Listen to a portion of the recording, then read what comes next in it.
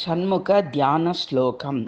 షడాననం త్రిషన్ననేత్రం విద్రుమాభం ద్విపాదకం ఖడ్గాభయగదాశక్తికేటం దక్షిణబాహుభిः వరపద్మధనుः శూలవజ్రాన్ వామేన ధారిణం వజ్రప్రవాళవైడూర్యప్రత్యుక్తముకుటాన్వితం పీతాంబరవిభూషాఢ్యం దివ్యగంధానులేపనం రత్నాద్యాభరణైర్యుక్తం ప్రసన్నవదనాన్వితం మయూరేషసమాసీనం సర్వాభరణభూషితం గుహం షోడశవేతానాం షణ్ముఖం చ విభావయేత్.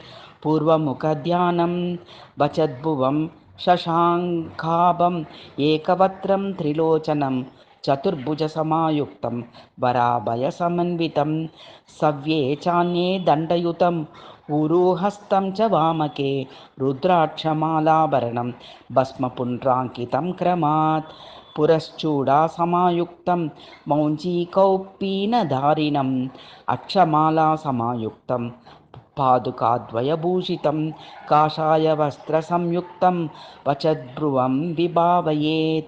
దక్షిణముఖధ్యానం జగద్భూతం భృంగవర్ణం ఏకవక్త్రం వరాభయం శక్తిశూలసమాయుక్తం కరండముకుటాన్వితం మయూరేషసమాసీనం భావయే చ విశేషతః.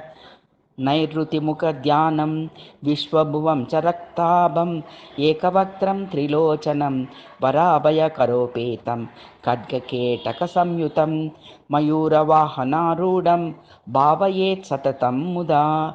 పశ్చిమముఖధ్యానం శుక్లవర్ణం బ్రహ్మభువం ఏకవక్త్రం త్రిలోచనం వరాభయసమాయుక్తం ఘంటానాదసమన్వితం మయూరేషసమాసీనం భావయే చ విశేషతః.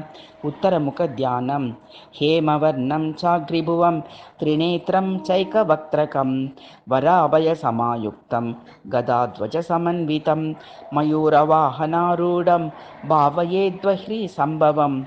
ఈశానముఖధ్యానం బృహద్భువం చ స్ఫటికవర్ణాభం చైకవక్త్రకం వరాభయసమాయుక్తం త్రినేత్రం యజ్ఞసూత్రకం మయూరేషసమాసీనం బృహద్భువం విభావయేత్.